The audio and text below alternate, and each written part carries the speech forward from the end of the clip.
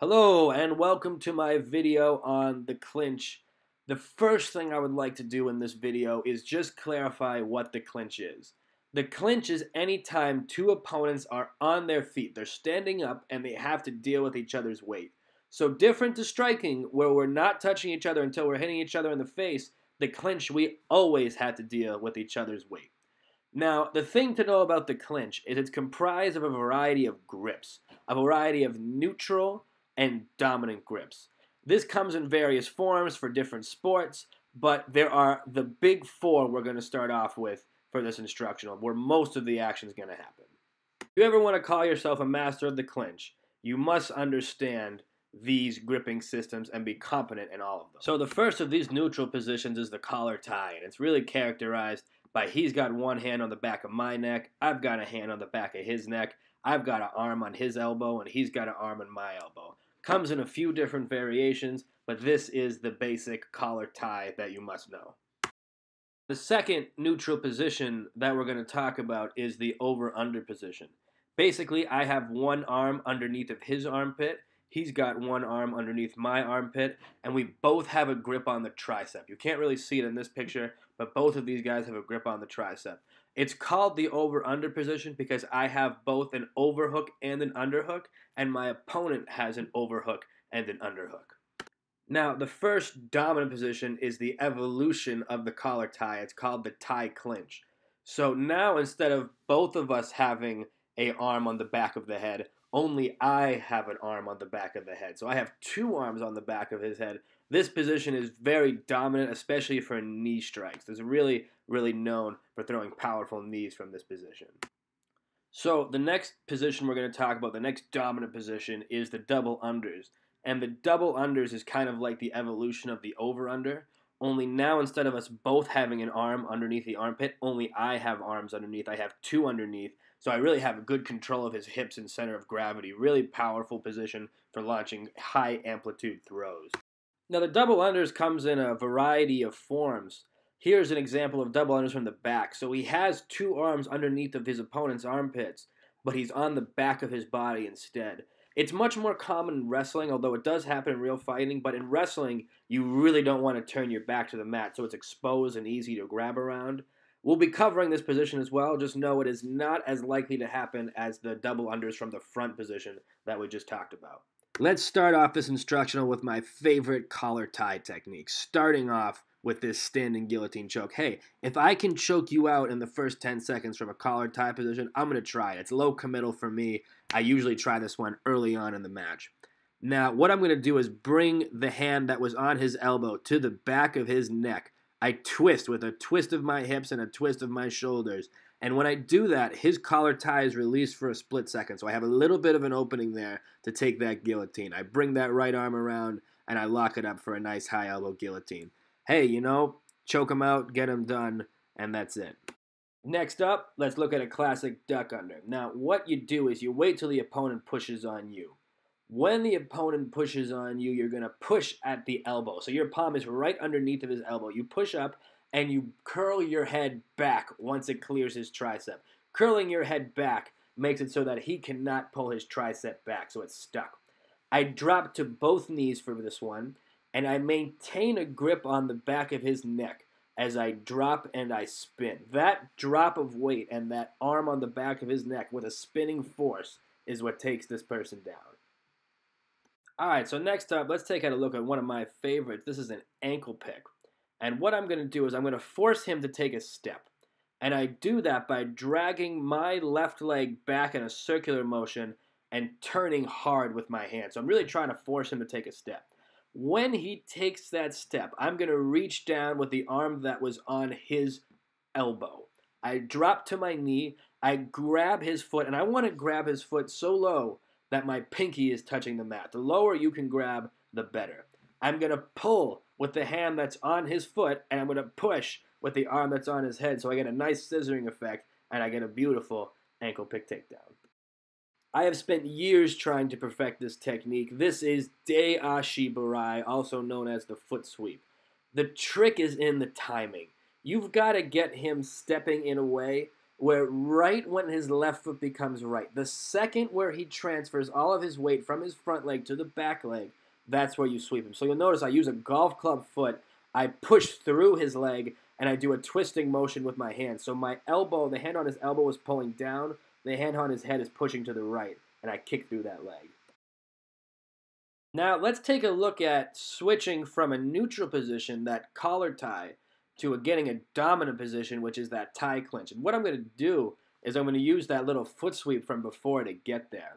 So what I do is I trip him with that foot sweep, and he's not going to go down, but what happens is he loses his balance for a split second. And when he does that, he gives me a little opening where I can switch my left hand from his elbow to the back of his neck for that double collar tie, and now I have the tie clinch. I have now transitioned from a neutral position to a dominant position, and now I can start to do a lot of damage, and now I'm in control. The main star of the tie clinch is definitely these knees. What you want to do with those is you want to pull his head into the knee itself, so you get the combination of two trains coming together. I'm not really doing that here much on Corey because he's my buddy and we're just doing this for instructionals. But if this was a real situation, man, you're really pulling that head into the knee as best you can. Another thing I really like to do is I like to put in foot sweeps to set up the knee. So I'll do a little sweep. That'll off-balance him for a second. Now he's really vulnerable for a knee. So watch, trip and knee. I trip, he's off balance. There's a big knee. Now from that tie clinch, if it feels like I can't hold him anymore and he's really posturing up, I'm just going to let him go, and I'm going to go under for a double leg takedown. So you'll see here, I get the clinch. He tries to posture up. I shoot in nice and deep on my double leg takedown. It can be very surprising, especially if you let go right as he thinks he's about to battle some resistance standing up. He'll come up quicker than he thought he was going to, and he gives you a good opening for you to go underneath for a nice double leg tackle. All right, next up, let's talk about over-under techniques. You should know that I'm mostly an over-under type of fighter.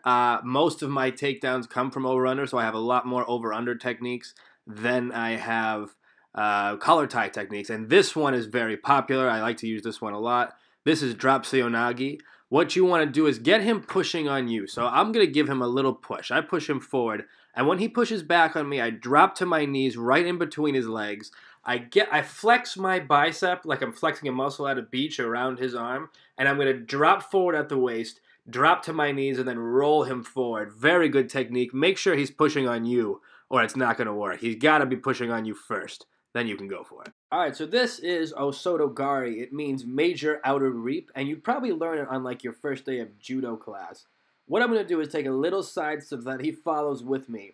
All of a sudden, I burst forward. So I step forward with that left leg, and I wrap my right leg around his hamstring to hamstring, and I kick all the way back. Remember, it's a reap, so I don't just trip him over the leg. I really pull that leg to the back, almost like I'm doing a single leg deadlift. I push with my underhook, and I pull with my overhook, and I get a nice takedown there. So next up, we've got another classic judo throw, and it happens in wrestling all the time as well. This is ogoshi.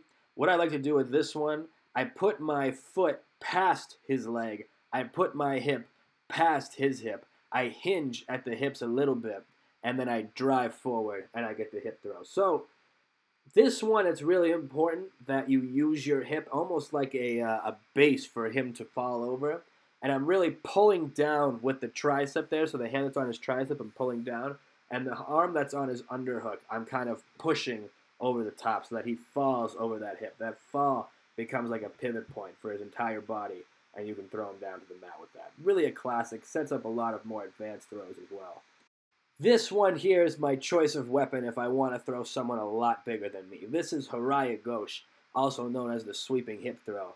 Basically, it's a little bit of Ogoshi meets Osoto Gari. What I'm going to do is step in similar to the Ogoshi, but I'm not going to put my hip past his hip.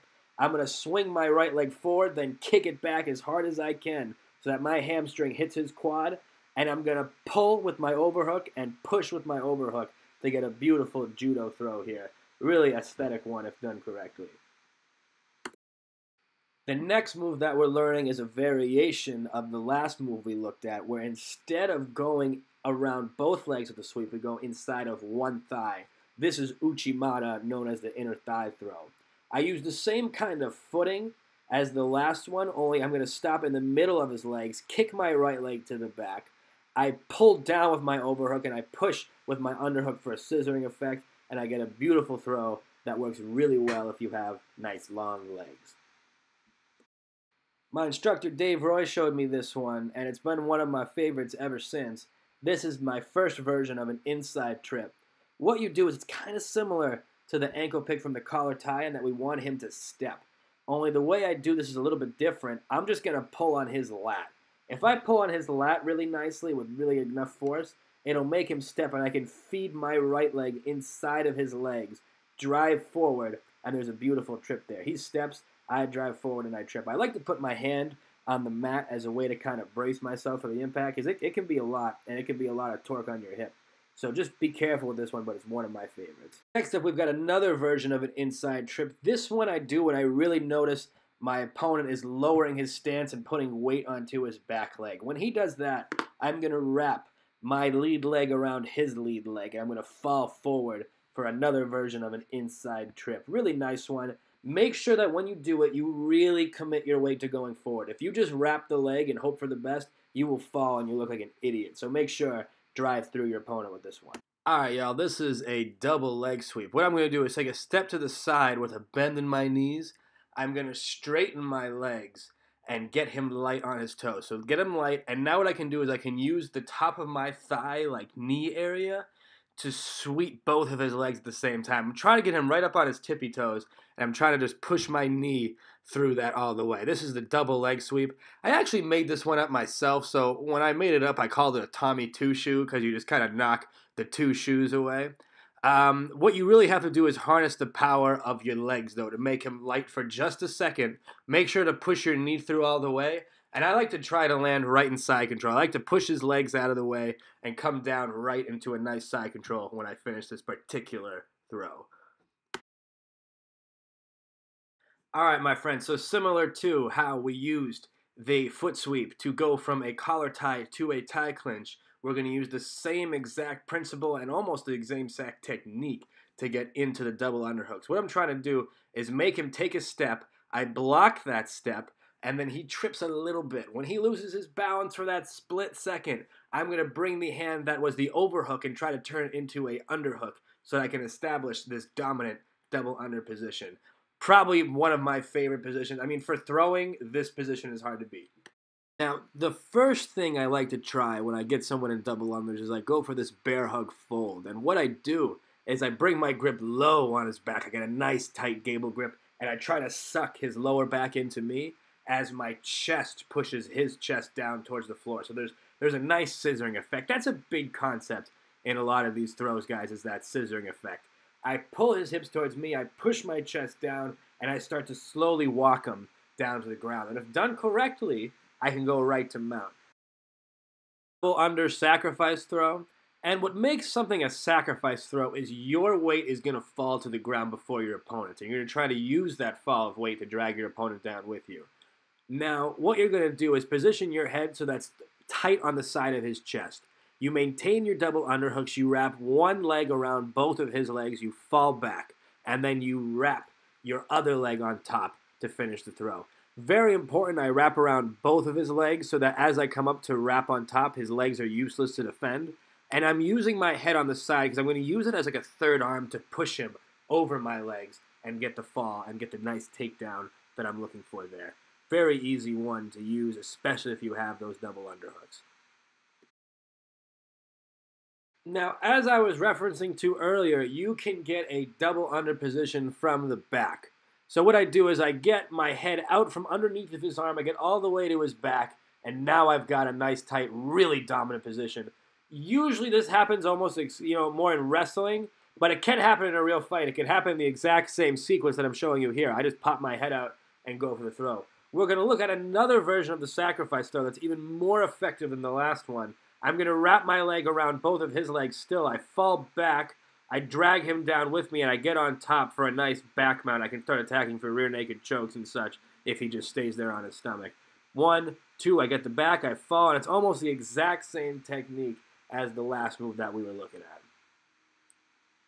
When I say that this double under position is good for high amplitude throws, I'm mainly talking about this one. I just call this a power bomb. It works from the front double unders, but it's most effective when you get all the way on the back. What I'm going to do is get double underhooks on his back, and I'm going to drive my hips as close as I can to him, shoot them forward, kind of like I'm doing a deadlift, the same kind of hip hinging, explosive lift that you would use if you were lifting a really heavy dead weight lift. And I'm going to drive him, pick him up, and just slam him onto the ground. You would be surprised at how much weight you can lift if you really get that explosive hip movement down. You really get your hips into the right position. Great move, happens all the time in wrestling, but you could use it in a real fight as well to really put an exclamation point on your dominance with this one. And boom. So the next thing we're going to do is talk about moves that are more grappling specific because these start from this type of grappling wrestler stance. You don't use this stance in a real fight, but because of the rules in grappling, wrestling, these kinds of things, it makes more sense to use these stances. So a lot of takedowns stem from using the stance. This is just a classic two people standing in the same stance. Usually wrist fighting is what happens here first. So now here's an example of that. This is just, we were wrist fighting. This is the first double leg I ever learned. You'll notice we're in that low position, those stances you would really only use for grappling. And I'm trying to get a hold of both of his wrists. I'm trying to throw his wrists up and shoot in on my double leg so that he can't defend. So I get wrist control. I throw both of his arms up into the air. I shoot in, and I finish up a nice double leg. This is the first really setup for the double leg I ever learned. And it still works. I'll still use it in tournaments and training, even with higher level people. It's just a really good one still. Great one to know for your arsenal. It's great just to teach the basic double leg is this one right here. Definitely my favorite grappling specific throw. It's an arm drag into a low sweep and then a back take. So what I'm doing is I'm using like a wax off technique when I see him reach with that arm. I turn it, grab with my right arm on his tricep and pull him down. And I'm going to try to block his foot with my foot. My number one throw for submission wrestling. I really, really like it. But notice once again, it comes from that low, almost grappling stance. You wouldn't really use this one in a real fight. Or arm drags anyways, you wouldn't really use in a real fight. I mean, you could, but it's going to be tough and you're really at risk for getting hit on the other side. But when it comes to straight grappling, I love this one. Now, a dominant grip position. While the last grip position we looked at was more neutral, this is more of a dominant grappling specific position. This is the Russian tie. What I'm doing is I'm holding his arm like a big sub, and I'm creating an opposition by pulling my arms up and pushing my chest down. That opposition effect is what's going to keep his arm in place right there. And from this position, we'll be launching a variety of takedowns. It's great for grappling specifically, but in a real fight, he could still punch me with that left hand, so that's a big problem when getting this position. Now, there's a wide variety of ways to set up a Russian tie, but I usually do it when he grabs the back of my head on a collar tie, and I'll almost set it up the same way I set up that guillotine. And what I'm going to do first is hit this Russian tie sweep. So what I'm doing is almost like Harai Ghosh. I'm going to get the Russian tie, step in front of his leg, and hit my hamstring to the top of his quad and just keep going for a nice sweep. It's really a nice one, especially if the guy's a little bit shorter than you. You have longer legs. And it's pretty surprising, too. I mean, it's not a very orthodox one, but it's really one of my favorites if you can get it. Now, perhaps the most fundamental move for the Russian tie position is that basically you got to know that if you get a Russian tie, he's going to try to pull his arm back. And when he tries to pull his arm back, you have an opportunity to shoot in on a nice double leg. So I get the Russian tie. He's going to try to bring his arm back, so his weight is going backwards. If you suddenly drive forward, so his weight's going backwards, and you suddenly push into it a little bit more, his force will be used against him, and you have a great opportunity to shoot in on a double leg takedown. It's really nice, too, because you'll be kind of on the side of him, and you can pinch his knees together. It's easy to pinch someone's knees together when you come at them laterally. It's not so easy when you come at them from the front. Next series of takedowns we'll be doing here is MMA specific takedowns because they start from this MMA stance and they take into account striking. So they respect the opponent's ability to strike and they use strikes to set up the takedown. We'll be looking at two takedowns in particular, the double leg and the single leg. What takedown I go for is going to depend on the position of my opponent relative to me. So on the right, you'll see that Anderson has his right leg forward and his opponent has his left leg forward. So their lead legs are very close. Over here, you'll see that Anderson and his opponent both have their right leg forward. So if it's the situation on the right, I'm going to shoot for single legs because his lead leg is so close. If it's this situation that you're seeing here with both legs in the front, I'm going to use a double because his hips are more square and easy to get. We're going to start this off with a jab to the double leg takedown. And usually, the real purpose here is to get his guard distracted up high so I have the opportunity to shoot in for my double leg takedown here. I'll really use this one if I notice he's using a lot of the front shield. So if I jab and he brings his forearms together so he's blinded for a second, that's when I'll go in for this double leg. Probably the most basic way of teaching the concept of first striking and then going in for your double leg. So getting his distraction high so that you can shoot him down low. Once you get the jab down, my preferred way to do it is with the right hook. It just lines up my hips in such a way that a double leg is really easy, and it gets me closer to my opponent. The jab kind of keeps you a little bit further away, but a right hook will get you, or a lead hook, I should say, will get you in nice and close. Same concept, finishes a little bit different. I use a little bit more of an angle with this one because I'm so much deeper in on the shot. Right hooks are also, lead hooks are much scarier than jabs too, so people are more likely to block it. So this one is my preferred way to punch my way into a double leg takedown.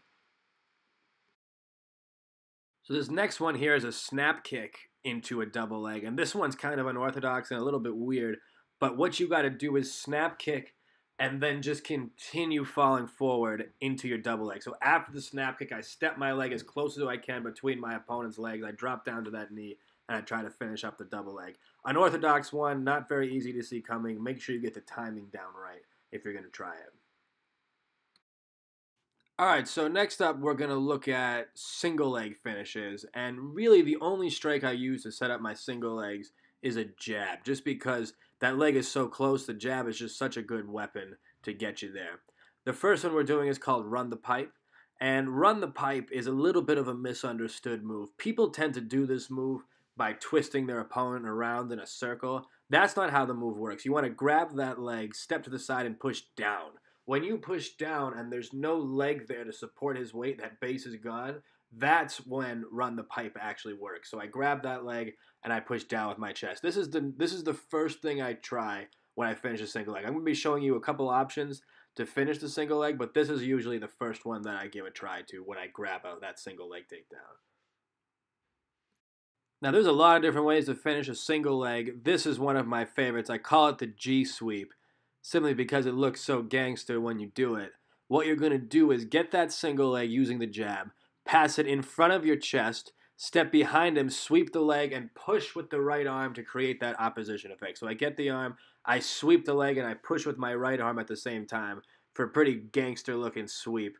Really used a lot in like wrestling, Muay Thai, I've seen it used. One of my favorites just because of the cleanness of that sweep that you can get. The high crotch is really an interesting one because it looks like you're just lifting him up by pure strength. But really, this is another one of those moves that when done correctly and using the correct positioning of the hips, you'd be surprised at how strong it makes you simply from technique amplifying your strength. So what I do is I set up that single leg just like I did before, and I wait for him to try to push my head to the outside for a guillotine or something. He pushes the head, then I go underneath for that high crotch. So watch, I go for the single leg, I go in, he pushes my head, now I lift up, and I really can get a beautiful high amplitude throw. That's a real crowd pleaser if I hit this high crotch here. Alright, y'all, you got to keep this one on the down low. This is the secret scissor sweep. What you do is you wait until he goes for a single leg on you. Then you drop down for your scissor sweep. One of my most surprising techniques to use on people. People never see it coming. Really, the only thing you got to do is just wait for that single leg, get it to the front, and then go in for that double scissor sweep there. My favorite technique. It's my secret little ninja technique. Don't forget where you heard it from. You got it here first.